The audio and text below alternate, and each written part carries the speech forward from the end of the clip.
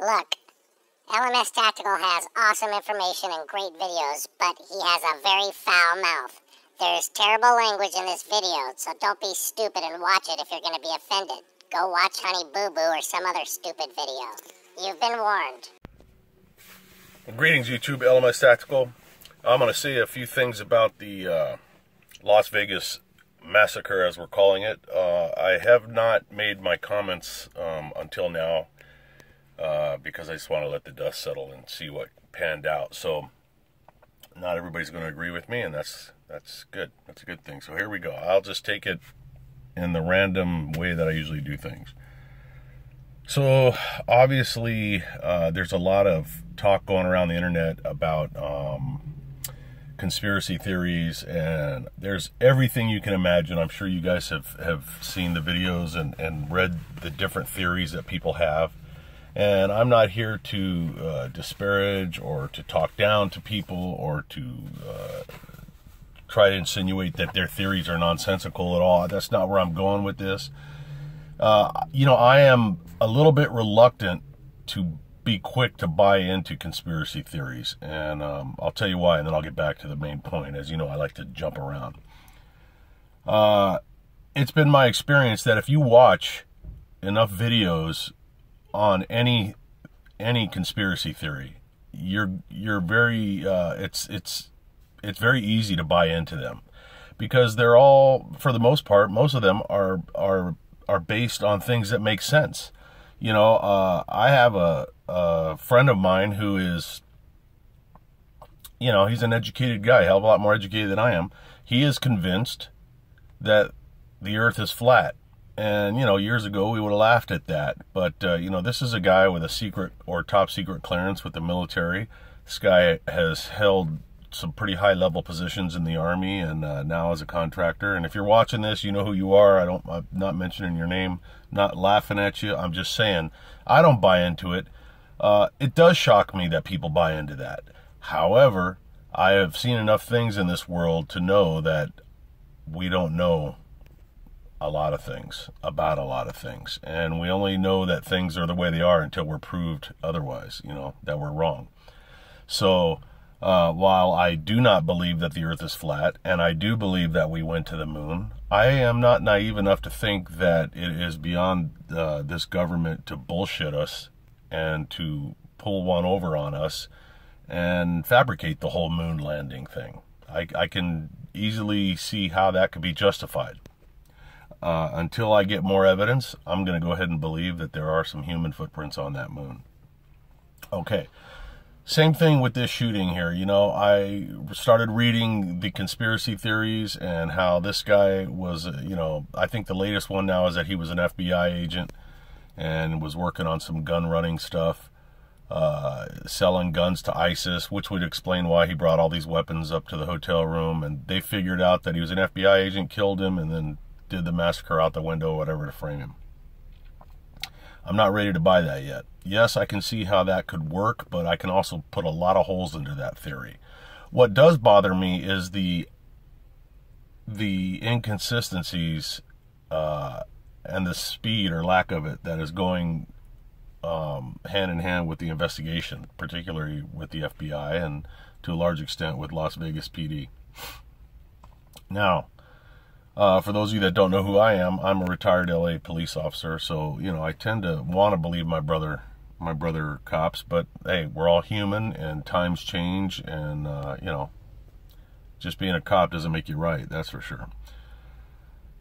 That being said, you know, this chief in Vegas just rubs me the wrong fucking way, and I don't know if it's his attitude. I mean, I literally bounce back and forth. I think, this guy's a good guy. This guy's a pretty hardcore guy. Man, what an asshole boss he would be to work for.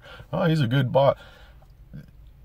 I don't know. He's a bit too condescending for my fucking taste in terms of how he talks to the press, and I'm no big fan of the press. But, you know, this is a big thing that affected all of us to some degree. And I think you got to keep that in mind when he's talking to people. Now, the thing that really bothers me is one of the latest releases, which is that the security guard, and all of this is subject to change because I don't know anything now more than I knew the day of the shooting. And I think that's probably safe to say that all of us are that way. But, you know, for a long time, they were saying that the security guard interrupted the shooter by popping out of the elevator and on a door alarm complaint, and the guy saw him on his monitor and unloaded through the door 200 rounds and hit the security guard in the leg. On a side note, that fucking guy, Campos, I think his name is, the security guard, Jesus Christ, man, this guy must be protected by God. How the fuck you could stand in the fatal funnel of a hallway and have a dude unload a 200-round drum at you? I mean, he could even see him on the monitor, but even if he didn't see him, and you only got hit in the leg, this guy must be a psychological wreck. I can't even imagine what that must have sounded like.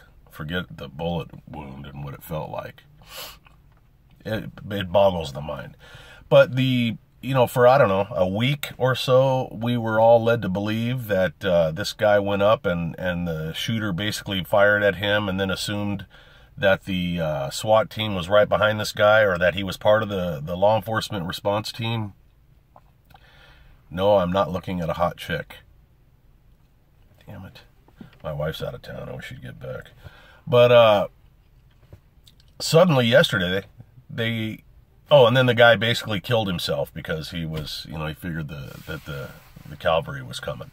And then all of a sudden yesterday, they completely reverse it. And now it's, after all this time, it appears that the security guard went up on a fucking open door complaint, heard a drill coming through the door. The guy saw him, unloaded on him, and then 6 minutes later began his fucking murderous reign of death on the people down below. That is a huge fucking departure from the original story. And I don't personally know how the fuck you could get that wrong. I just don't. And the fact that they are now reversing it, combined with some other weird shit, like the fact that they were putting out that the shooter had checked into the hotel on this day, and then, you know, after 5 days, it turns out that they were 3 days off, and he'd actually checked in 3. How the fuck do you not? These are like the first things you find out. You know, you look at the security guard who radioed down and who got the call. He got a call for a fucking an open door alarm. Okay, what time did that call come out? Okay, approximately the time were you shot? What time were the people on the street shot? They should know this stuff. How do you get that wrong? I don't fucking know. So I've lost all fucking confidence. Not that I had a whole lot to begin with, unfortunately, because I like to be pro-police and pro-FBI. I've lost all confidence in this fucking investigation. I mean, I was just bracing myself, like the rest of us, to learn how to go through the rest of our lives never knowing what the fuck caused this guy to do that. You know, I mean, is it possible that a dude with no record and no history that's remarkable in any way would suddenly just do this? It's possible. Is it likely? Fuck no, it's not likely. It's why we don't see that much of it. So, I don't know, man. I'm not real excited about and I can't believe it's lack of competence on the part of law enforcement. And they've got too much experience out there. There's something else going on here. Is it going to rise to the level of some great conspiracy? It might. I don't fucking know anymore. You know, I mean, ISIS said that this guy was working with them. You know, at first I giggled because, you know, if I was ISIS, I would say that too.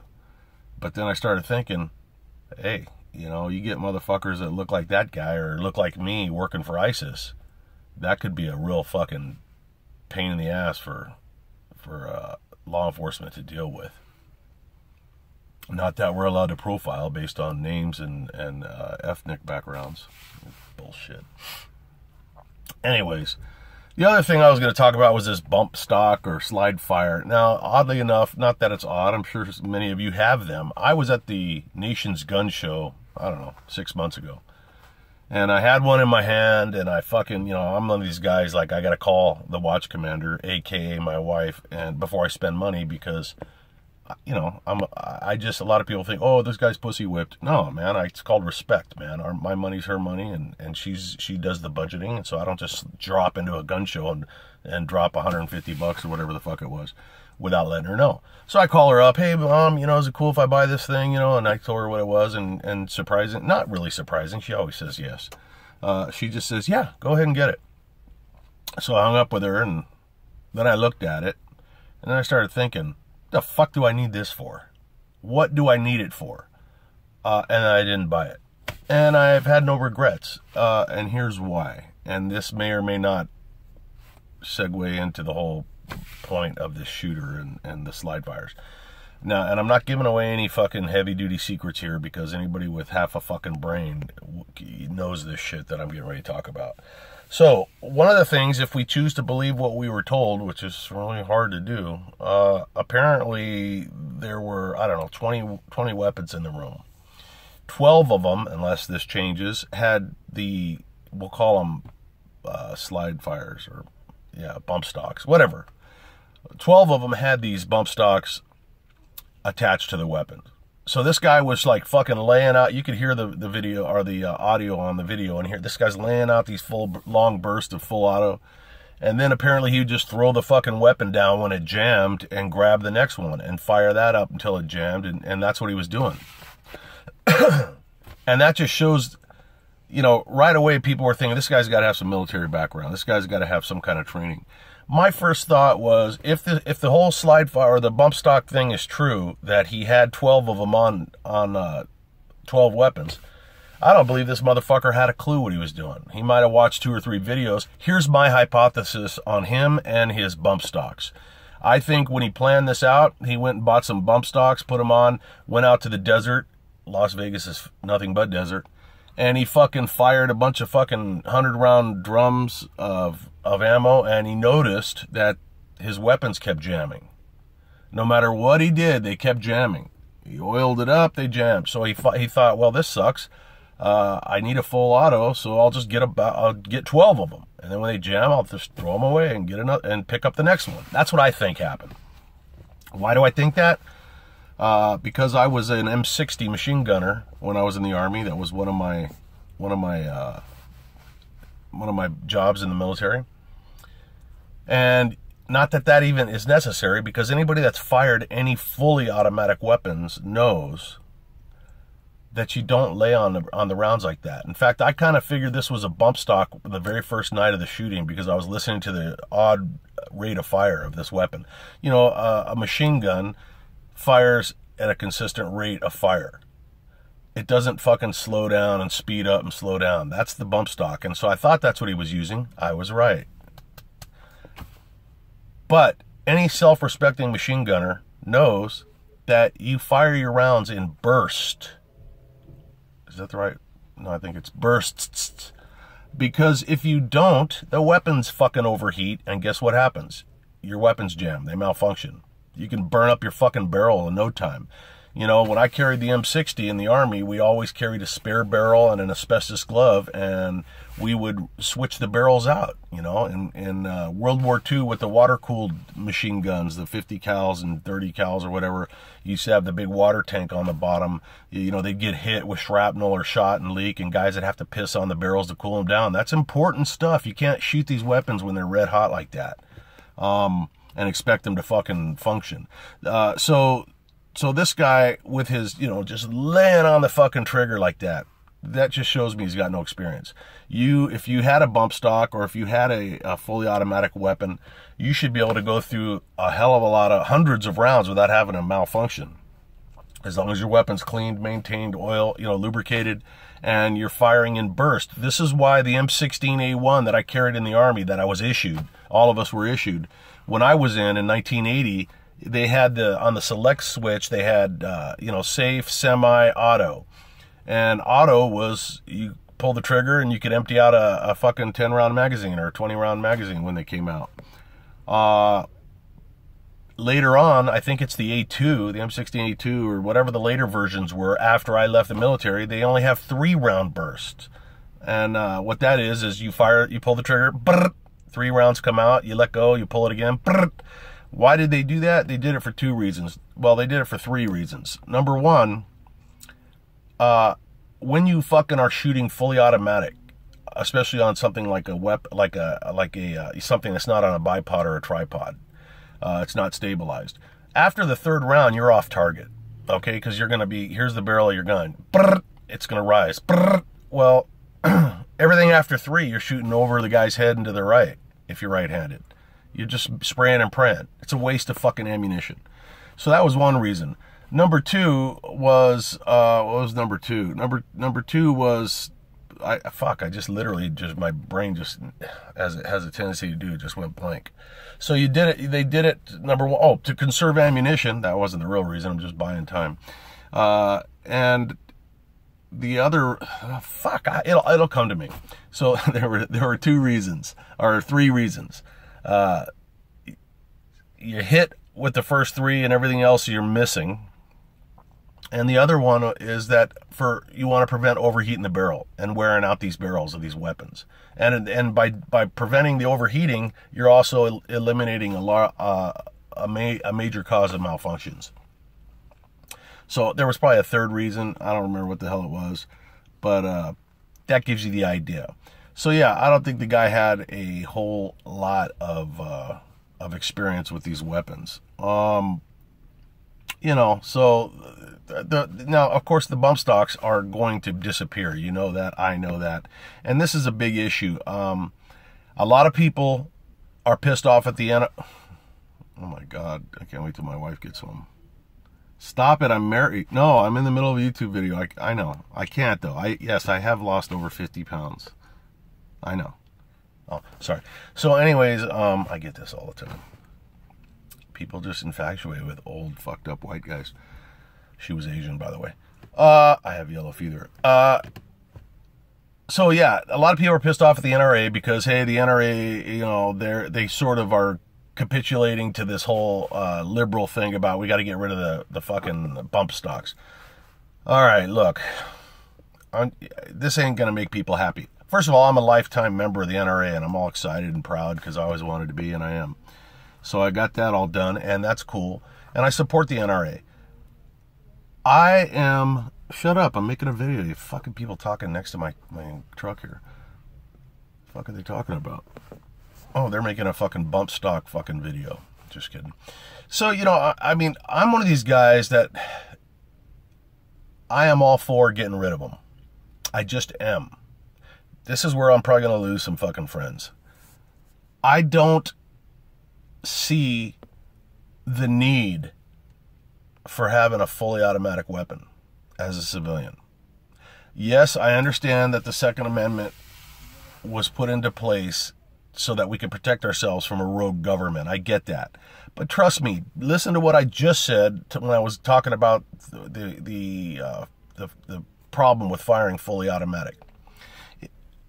If I'm if I'm in a civilian war, what do we call a civil war, or I'm fighting a fucking rogue government that's coming to fucking put us in concentration camps, and I've got the old M16A1 that has the fully automatic, I'm never going to switch to that. Why would I want to waste all my ammunition and just fucking make a lot of noise? It's stupid. You are going to fucking do a hell of a lot more damage, and you're going to survive a lot longer if you keep your weapons in the semi-automatic mode. So I don't feel threatened by losing the opportunity to buy a bump stock. Yeah, but what about those of us that want them? Okay, that's great. But you know what? I would like to have an RPG just to fuck around with. But I am not, you're not going to hear me sitting out here advocating that we should all have the right to carry RPGs. So, you know, there has to be some fucking limits. And quite frankly, if the conservatives would just give a little bit and say, okay, look, man, this was fucked up, we need to get rid of the bump stocks, you know, that is like throwing a bone to the liberals, make them feel like they won something. I know what you're thinking. You're thinking that's great, but what happens now? You've shown a weakness, and now they're going to grab onto that. I don't think so. I understand that argument, but here's the thing: the liberals want no guns. Period. Nothing is going to make them want them less, and nothing is going to want them to get rid of them more. They hate guns. They hate you and I because we have guns. They hate people that love guns. They hate the Second Amendment. But guess what? They hate the fucking flag, and they hate the country too. They want to be communist and have everybody in here fucking from, fucking every Middle Eastern country running around here fucking praying in the middle of the street. No offense, Muslims. But this is what they want. So fucking, we can't think about, what do they want? We got to think about what do we want? And, to be quite honest with you, I don't think we need motherfuckers legally buying these goddamn weapons, these bump stocks. Anything that makes your weapon go full, there's only one fucking use where a bump stock or a full auto weapon would be effective. And that is shooting at a whole fucking bunch of innocent people that are trapped into a fucking little area. That's the only time. Unless you have 75 clowns running through your hallway towards your bedroom door. Yeah, then you might want to switch over to full auto or switch over to the bump stock and just start laying lead through the fucking doorway. But, you know, the odds of having fucking a bunch of clowns coming down the hallway or you ever ending up on a fucking building, I hope, shooting innocent people, you're not going to do that. You know, how are we supposed to fucking defend ourselves against the rogue government? Look, a lot of people, this is what liberals say. Oh, you could never take on the fucking military, you know, without, you know, they got the Air Force and they got fucking planes and blah, blah, blah, and tanks. And all I got to do is just direct their attention to Iraq and to the insurgencies that have happened, to ISIS, to all these. There are a shit, Vietnam, history is filled with people with piece of shit old fucking inferior weapons holding up Goliath fucking armies because the insurgents knew how to fucking use weapons and knew how to fucking operate in that environment. So I don't feel more threatened because I can't have a fucking bump stock. Give up the fucking bump stocks. Fuck them. Now, hope that didn't piss you guys off. If it did, what can I say? Anyways, that's it. This video went a lot longer than I planned on it, but I got to run in right now. I'm going to get some probiotics for my dog, Charlie. His stomach's a little upset. You know, those that don't know him, he's got cancer. I just found out my wife has cancer. She gets home tomorrow. She's out of state visiting my niece. And we see the oncologist on Friday morning. I got to drive, you know, oh my God. It's terrible because they want us there early in the morning and it's like a million miles away. But I want to get her surgery as soon as possible so I can relax. That's sort of why I haven't been on there. It's just not trying to lay a guilt trip or make everybody feel sorry for me, but I got a lot on my mind. But I haven't forgot you guys. I'm choking. All right, I love you guys. That's enough. LMS Tactical, stay safe. I'm out.